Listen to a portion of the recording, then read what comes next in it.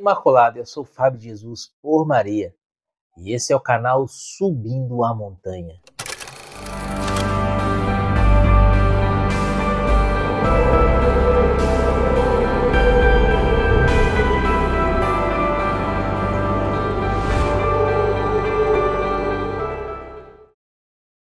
Palavras de vida eterna, o pão da palavra no seu dia a dia, porque não só de pão vive o homem, mas de toda a palavra que provém da boca de Deus. Hoje é sexta-feira, dia de penitência, dia de mortificação. Se você puder hoje, faça um jejum. Estamos encerrando a segunda semana do tempo da Quaresma. Quaresma é tempo de conversão, tempo de mudar de vida, tempo de recomeçar tudo, tempo de voltar para Jesus. Volta para Jesus, pela via, pelo caminho da conversão. A liturgia que a igreja nos propõe nessa sexta-feira, na segunda semana do tempo quaresmal, está em Mateus. Mateus capítulo 21, a partir do versículo 33. É a parábola dos vinhateiros homicidas. E essa parábola hoje diz ao nosso coração. Vamos meditar? Pelo sinal da Santa Cruz, livra-nos Deus nosso Senhor de todos os nossos inimigos. Em nome do Pai, do Filho e do Espírito Santo. Amém. Ouvi, pois, esta parábola. Havia um pai de família que plantou uma vinha, cercou-a com uma sebe, cavou um lagar e edificou uma torre. E tendo-a arrendado a lavradores, deixou o país. Vindo o tempo da colheita, enviou os seus servos aos lavradores para recolher o produto da sua vinha. Mas os lavradores agarraram os servos, feriram um, mataram o outro e apedrejaram o terceiro. Enviou outros servos em maior número que os primeiros e fizeram-lhe o mesmo. Enfim enviou o seu próprio filho, dizendo: hão de respeitar o meu filho. Os lavradores, porém, vendo o filho, disseram uns aos outros: eis o herdeiro, matemo-lo e teremos a sua herança. Lançaram-lhe as mãos, conduziram-no para fora da vinha e o assassinaram. Pois bem, quando voltar o senhor da vinha, que fará ele aqueles lavradores? Responderam-lhe: mandará matar sem piedade aqueles miseráveis e arrendará a sua vinha a outros lavradores que lhe pagarão o produto em seu tempo. Jesus acrescentou: nunca leste nas Escrituras? A pedra rejeitada pelos construtores tornou-se a pedra angular. Isso é obra do Senhor e é admirável aos seus olhos. Por isso vos digo: será tirado de vós o reino de Deus e será dado a um povo que produzirá frutos dele. Ouvindo isso, os príncipes dos sacerdotes e os fariseus compreenderam que era deles que Jesus falava e procuravam prendê-lo, mas temeram o povo que o tinham por profeta. Palavra da salvação, glória a vós, Senhor. Queridos, a palavra, essa parábola de Jesus dos vinhateiros homicidas, reflete bem o que é a história do povo de Deus, o que é a história da igreja, o que é a história da salvação, o que é a nossa história também. Primeiro você precisa entender o contexto claro dessa parábola. Jesus é muito didático. A didática de Jesus é muito clara. O exemplo que Jesus dá é muito claro. Um homem trabalhou na sua vinha, plantou a vinha, fez a sebe, edificou tudo em volta, os muros, etc. Preparou a vinha para que a vinha desse muito fruto. Arrendou a vinha a vinhateiros. Os vinhateiros não fizeram nada. Foi tudo dom. Eles receberam tudo como dom. Eles apenas tinham que trabalhar na vinha e, conforme o combinado no contrato de arrendamento, depois dar a parte que cabia ao dono da vinha, que tinha arrendado a vinha para eles. A vinha não era deles. Eles apenas tinham a oportunidade de trabalhar na vinha. A vinha era para eles um benefício. A vinha para eles era um meio de ganhar a vida. Em outras palavras, a vinha para eles era um meio de salvação. Trabalhar na vinha era o meio deles se salvarem. Mas, infelizmente, depois que o dono da vinha arrendou a vinha e foi para outro país, Quando chegou a época da colheita, ele enviou então seus funcionários, seus servos, para receber o dinheiro daquilo que a vinha havia produzido, conforme já havia sido combinado. A vinha que era dele, a vinha que ele havia plantado, o lagar que ele havia trabalhado, a cerca que ele havia edificado, enfim, ele havia feito tudo.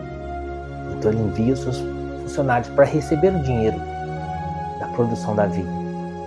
Os vinhateiros matam, assassinam esses funcionários. Qual que é a história que Jesus conta? Jesus está contando a história do povo de Deus. O povo de Deus, os israelitas, o povo judeu, eles são o povo de Deus. O reino de Deus é essa vinha. Deus deu a eles a administração da vinha. Eles são os primeiros, os filhos da aliança. A descendência de Abraão, de Isaac e de Jacó. Aqueles que foram escolhidos para levar sobre si o nome do reino de Deus, para fazer a vinha do reino de Deus prosperar. Mas quando Deus envia os seus profetas, eles prendem e matam os profetas. E se você vê na própria Sagrada Escritura, o tratamento que Jeremias, que Isaías, que os profetas tinham, daqueles que eram os administradores da vinha. E quem eram os administradores da vinha no tempo de Jesus? Quem é que exercia o poder religioso no tempo de Jesus? Os fariseus. E é para eles que Jesus conta essa parábola. Essa parábola não é apenas para apontar o dedo na cara dos fariseus, é um convite à conversão. Jesus convida os fariseus à conversão. Jesus está falando, olha o que os seus antepassados fizeram, olha o que o povo fez com os meus profetas. E agora, o que vocês vão fazer com o filho do dono da vinha? Porque aí sim continua a parábola. Depois que eles haviam assassinado os funcionários, o dono da vinha fala, eu vou mandar o meu próprio filho, porque não é possível que eles vão fazer mal para o meu filho. Meu filho eles respeitarão. E o dono da vinha então envia o seu próprio filho para recolher o fruto, o trabalho, o rendimento da vinha. Queridos, qual é o fruto, qual é o trabalho, qual é o rendimento da vinha que Jesus espera colher? Jesus esperava colher no tempo dos fariseus com a sua primeira vinda e que ele espera colher hoje na igreja, a santidade. A vinha que o Senhor plantou, que é o reino de Deus, só tem um único objetivo, que sejamos santos. Levítico 19, versículo 2, sede santos como o Senhor, teu Deus, é santo. E aqui Jesus já anuncia nessa parábola aquilo que de fato aconteceria no tempo e na história. Assim como esses vinhateiros mataram o filho do dono da vinha, assim também eles entregariam Jesus à morte. Eles o acusariam diante de Pôncio Pilatos e gritariam, clamariam, incentivariam o povo a clamar, crucificam, por inveja. E de fato foi o que aconteceu. Jesus conta essa parábola e os fariseus entendem muito bem que Jesus estava falando é deles. Jesus se referia aos profetas e que agora se referia diretamente a eles. E olha o que Jesus diz aqui no versículo 43. Por isso vos digo, será tirado de vós o reino de Deus e será dado a um povo que produzirá frutos dele. O reino de Deus será tirado de vocês, judeus, e será dado a um povo que produza frutos. Que frutos? A santidade. Mateus capítulo 16, versículo 18. Pedro, tu és pedra, e sobre essa pedra edificarei a minha igreja, e as portas do inferno não prevalecerão contra ela.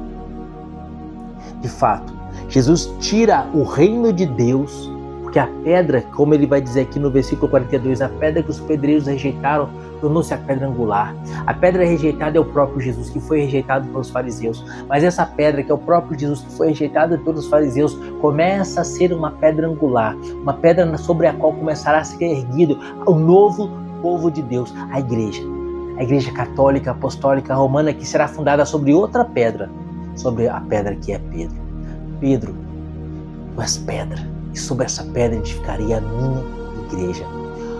Versículo 43. O reino de Deus será tirado de vós e será dado a um novo povo que produzirá fruto. Que fruto maravilhoso! Pedro, primeiro papa da igreja, mártir e santo. Mateus, mártir e santo. Judas Tadeu, mártir e santo. Todos os apóstolos, com exceção de Judas, santos. E assim depois uma sucessão de santos, Estevão, Matias, Barnabé, até hoje, São João Paulo II, o último Papa. canonizado pela igreja, santo, um povo que produza frutos. A vinha foi retirada dos fariseus, foi retirada do povo escolhido, do povo da aliança, e foi de fato dada a um novo povo. Um povo que agora, para adesão, não é mais a questão do sangue. Para ser povo de Deus naquela época era preciso que se fosse judeu. Agora não mais é questão do sangue.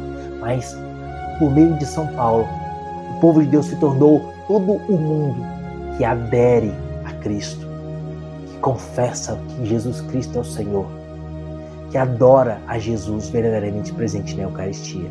Esse é o novo povo que produz fruto de santidade. São Maximiliano Kolbe, São Francisco de Assis, Santa Clara, São Luís de Montfort, Santa Teresinha do Menino Jesus, São Gregório Magno, São João Crisóstomo, São João Bosco, São Domingos Sávio, Santo Antônio de Santana Galvão, aqui no Brasil, frutos desta vinha que é a igreja. Porque vocês não produziram fruto. Essa vinha foi tirada e dada a outro povo. Que maravilha, não é? Mas o que isso tem a ver comigo e com você? Apocalipse capítulo 2. Olha o que vai dizer o Apocalipse capítulo 2, a partir do versículo 3. Tens perseverança e sofreste pelo meu nome, e não desanimaste, mas tenho contra ti que arrefeceste, ou seja, que esfriaste no teu primeiro amor. Lembra-te, pois, de onde caíste, arrepende-te e retorna às tuas primeiras obras. Senão virei a ti e removerei o teu candelabro do seu lugar, e se não te arrependas. Jesus também está falando para nós hoje. Assim como o povo de Deus foi tirado dos judeus e foi dado a outro povo que produza fruto, essa história agora se repete na vida de cada um de nós. Você arrefeceu, você diminuiu, você esfriou no amor a Deus. Arrepende desse esfriamento, volta a amar a Jesus. Conforme Deuteronômio, capítulo 6, versículo 4, volta a amar a Deus com todo o coração, com toda a alma, com toda a força, com todo o entendimento, porque senão o seu candelabro será tirado. Se você esfriar no amor, você será tirado da presença de Deus lá no céu, no alto da montanha. Tem um trono com seu nome. Mas se você não se arrepender, esse trono será tirado de você. Então, arrependa-te. Esse é arrefecimento. Mas que arrefecimento do primeiro amor é esse? Queridos, o primeiro amor por excelência é o sacramento do batismo. Mas como assim, Fábio? Quando eu fui batizado eu era um bebê, eu sequer tinha consciência. Meus padrinhos professaram a fé por mim e depois me educaram na fé, e assim eu cresci na fé. Mas quando eu fui batizado eu não tinha consciência, eu era um bebê, tinha meses. Como então poderia ser esse o primeiro amor? Queridos, o batismo é o primeiro amor. Em primeiro lugar, porque é o primeiro sacramento. E em segundo lugar, porque pelo batismo nós somos lavados do pecado original, se somos bebês. E se somos adultos, somos lavados do pecado original e dos pecados atuais. O batismo purifica e limpa de todos os pecados e nos faz filhos de Deus por adoção em Cristo Jesus. Esse é o primeiro amor. Quando Jesus quer dizer aqui volta ao primeiro amor, ele quer dizer volta à santidade batismal. Porque amar a Deus é renunciar ao pecado. Amar a Deus não é sentimento. Jesus não quer sentimento. Jesus quer fidelidade de vida. Jesus quer santidade de vida. É isso que Jesus procurava no povo de Deus. Esse era o fruto da vinha que o Pai buscava quando enviou seu Filho e não encontrou. Esse é o fruto da vinha que hoje Jesus espera para esse novo povo de Deus que é a igreja. Santidade. Apocalipse capítulo 2, versículo 4 e 5. Mas tenho contra ti que arrefeceste o teu primeiro amor. Lembra-te, pois, de onde caíste. Arrepende-te e retorna às tuas primeiras obras. Arrepende-te. Quaresma. Tempo de arrependimento, tempo de conversão. Agora, ao final desse vídeo, faz um pequeno silêncio. Quando acabar de assistir esse vídeo, faz um pequeno silêncio. E no silêncio do seu coração, pensa quais são os pecados que você tem cometido. Eu quero te convidar hoje ao sacramento da confissão. Arrepende-te. Procura um sacerdote, confessa os teus pecados e volta ao primeiro amor. Volta à pureza batismal, à santidade. Porque quando confessamos o nosso pecado com sinceridade de coração, todos os pecados são lavados no sangue do Cordeiro. Quando o sacerdote ergue a mão e diz: eu te absolvo dos teus pecados, em nome do Pai, do Filho e do Espírito Santo, aquele pecado deixa de existir. Jesus não se lembra mais dele. Esse pecado é mergulhado. O sangue de Jesus é lavado no sangue do Cordeiro. Não existe mais. E voltamos à santidade original. Voltamos ao primeiro amor, porque estamos sem pecado.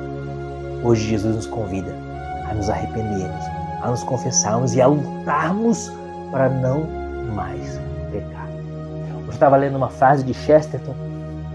O Chesterton dizia assim, eu gosto muito de ler Chesterton, ele dizia assim: o santo é apenas um pecador que tem consciência do seu pecado e se arrepende. Luta contra o pecado. Volta ao primeiro amor. Essa vinha que Deus havia dado ao povo de judeu foi retirado porque eles negaram, os profetas negaram Cristo. Foi dado à igreja essa vinha. Agora, lembre-se que você é a igreja. Você faz parte do corpo místico de Cristo. A igreja é o próprio Jesus. Jesus é a cabeça, a igreja é o corpo, dos quais nós somos membros. Você é igreja. Você é a vinha do Senhor. Você é o administrador dessa vinha. Jesus quer colher frutos de santidade. Assim como o Filho veio na sua primeira vinda gloriosa para colher esses frutos, Ele há de voltar na sua segunda vinda gloriosa para colher esses frutos. Quando o Senhor voltará, Ele vai encontrar como a sua alma?